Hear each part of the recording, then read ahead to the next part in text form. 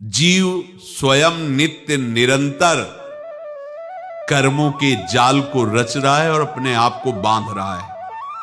आपको मुक्त होना है, बंधना नहीं है।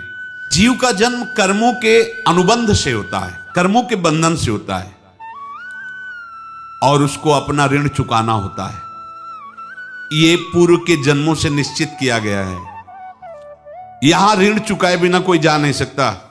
एक महात्मा जी भ्रमण करते थे तो उस समय असरफियां चलती थी, मोहरे असरफियां, तो उनको भेंट में देते लोग। तो या तो ठाकुर सेवा में लगे तत्काल, या संत सेवा में तत्काल लगे, उसका संग्रह करके डोलना ये ठीक नहीं है। बैरागी के लिए सिद्धांत में ये ठीक नहीं है। तो जब 2, 4, 6, 8 ऐसे मोहरे हुई तो उन्होंने विचार किया कि और भ्रमण करके जब काफी मोहरे हो जाएंगी तो प्रयागराज में जब कुंभ पड़ता है, एक बार पूरे सब अखाड़े के संतों को, अलग अलग संप्रदाय सब संतों को बुलाएंगे और सबको खुआएंगे। अब साधु है तो यही विचार करेगा, और क्या विचार करेगा। तो उन्होंने ऐसे डंडा बनवाया, बेंत, जो ऊपर से चूड़ीदार और भीतर पोला, और मोहरे उसमें डालते गए।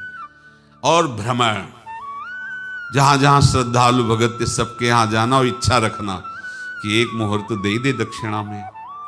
कामना कोई भी हो वो बांधती ही है, ध्यान रखना।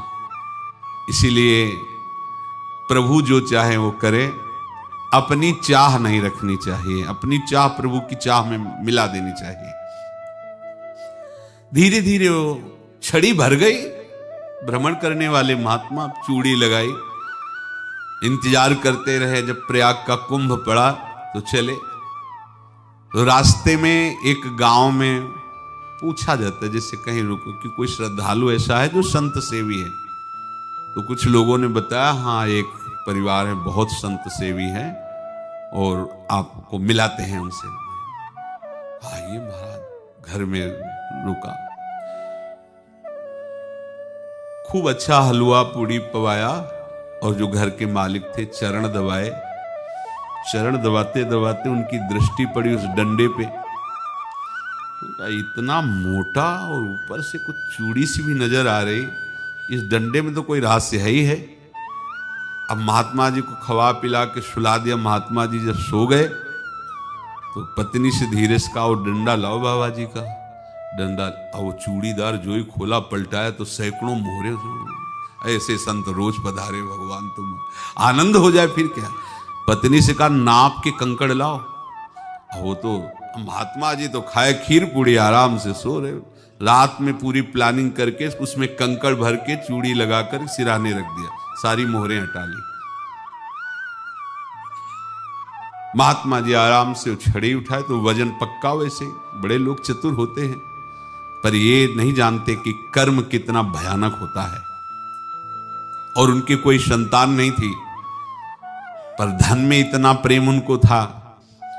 बहुत सावधान। साधु महात्माओं के पास जो अर्थ है, गृहस्थी अगर आता वहीं से है, पर अगर उसको जोर जबरदस्ती या किसी छल कपट से, तो वो उसका विनाश ही करता है। आज तक का प्रमाण है। अब उनको ये भाव पता नहीं होगा, या पता होगा तो लोभ के कारण वो उसको मान नहीं पाए होंगे।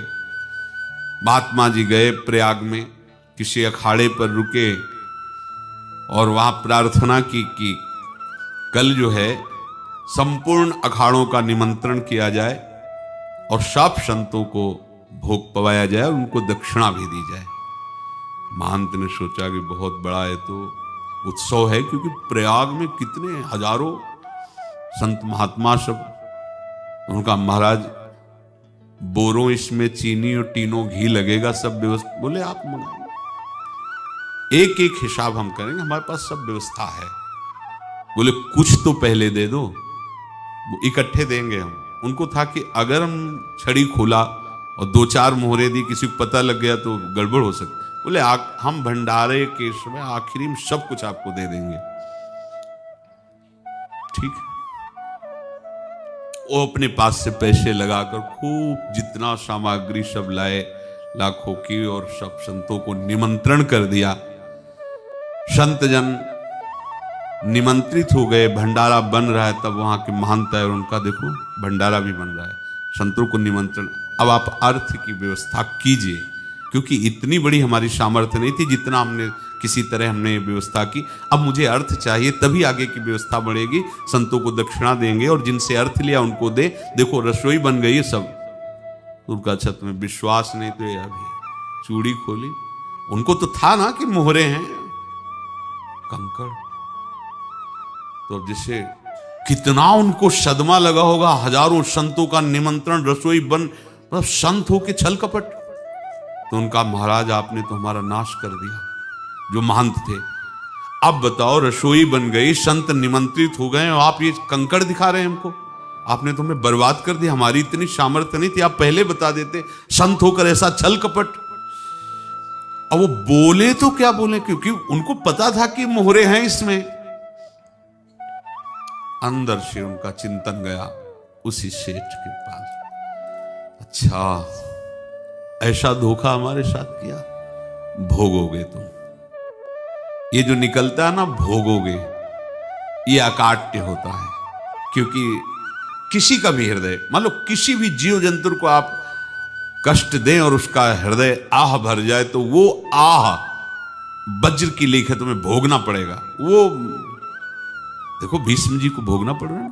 सांप को ऐसे धनुष की नोक से उठाया और बंबूल के कांटों के ऊपर फेंक दिया, कई दिन तक छेदा हुआ, वो आह भर करके मरा। तो आपको 6 महीने बाणों की सैया पर आह किसी की ना लेना जिंदगी में। कोई ऐसा कोई आह भर करके कह दिया तुम समर्थ हो, हम तो कुछ कर नहीं सकते। और अंदर से दुखी, फिर तुम्हारी सामर्थ्य काम नहीं करेगी, मिट्टी में मिला देगी। फिर ये तो संत थे और भगवत आराधना के लिए, संत आराधना के लिए ही ऐसा किए हुए थे। अब इनका कैसे मुंह दिखाएं, अब क्या करें। सुबह संत जन आएंगे, सबके बीच में हमारी कि देखो इन्होंने, अब क्या करें।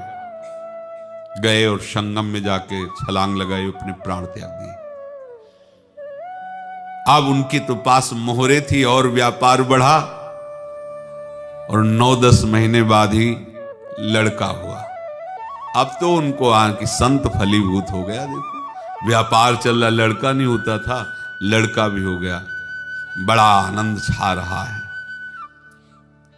जब से वो प्रकट हुए और धन की वृद्धि शुरू हो गई, पढ़ाई लिखाई में उनके खर्चा हुआ सब, बस बीमारी शुरू हो गई उनके शरीर में। अब उसमें पैसा जाना शुरू हुआ। इतने आसक्त तो वो दोनों हो गए कि कुछ भी हो, व्यापार ठप, संपत्ति बेचना शुरू। तो उन्होंने कहा कि बेटा मैं क्या कर सकता हूं तुम्हारे लिए। बोले हमारी अंतिम इच्छा है प्रयाग चलो, और जितने प्रयाग में संत महात्मा सबको एक बार भंडारा करवाओ। हमारी इच्छा अंतिम है, क्योंकि अंतिम यही इच्छा थी। बोले अब ज्यादा संपत्ति तो नहीं रह गई। तो बोले घर बेच दो, मेरे लिए ही तो है, बेच दो। मुझे लगता मैं बचूंगा नहीं, पर मेरी अंतिम इच्छा पूर्ण कर दो। घर बेच दिया, जेवर बेच दी। वहां गए, जब संत सेवा की तो बोले मुझे संगम तक ले चलो। संगम तक ले गए और बोले समझे तुम चुराए थे और हमने उसको छीना है, कुछ नहीं रह गया तेरे पास कुछ। अब केवल ममता और आसक्ति में जलकर मर और नरक प्राप्त कर। मैं वही महात्मा हूं जिसकी तूने मोहरे ली थी, शरीर छोड़ दिया। महात्मा को जन्म लेना पड़ा और इनको दुर्गति भोगनी पड़ी। ऋणानुबंध होश में। ऐसा नहीं कि आप जो कर रहे हैं कोई देख नहीं रहा, कोई हिसाब किताब नहीं। जो कर रहे हैं अवश्य में भोक्तव्यम, बहुत सावधान। अनेक जन्मों में अनेक लोगों से जो कुछ लिया दिया है, इस लेने देने को मिटा देने के बाद ही तुम मुक्त हो गए। इसीलिए एक उपाय है, लेना न देना मगन रहना। क्या? मालिक को समर्पित हो जाओ, मालिक को अपना माना हुआ समर्पित कर दो, खत्म। अहम त्वाम स्वरूपापेभ्यो मोक्षयिष्यामि, सब खत्म। आगे पीछे लेना देना सब खत्म। एकादश स्कंद में भगवान श्री कृष्णचंद्र जी ने कहा जो मेरे चरणों का आश्रय लेकर मेरा भक्ति भक्त मेरा भक्ति करता है, उसके पितृ ऋण, मातृ ऋण, देव ऋण, ऋषि ऋण, सब ऋणों से मैं मुक्त कर देता हूं। बस यही एक उपाय है।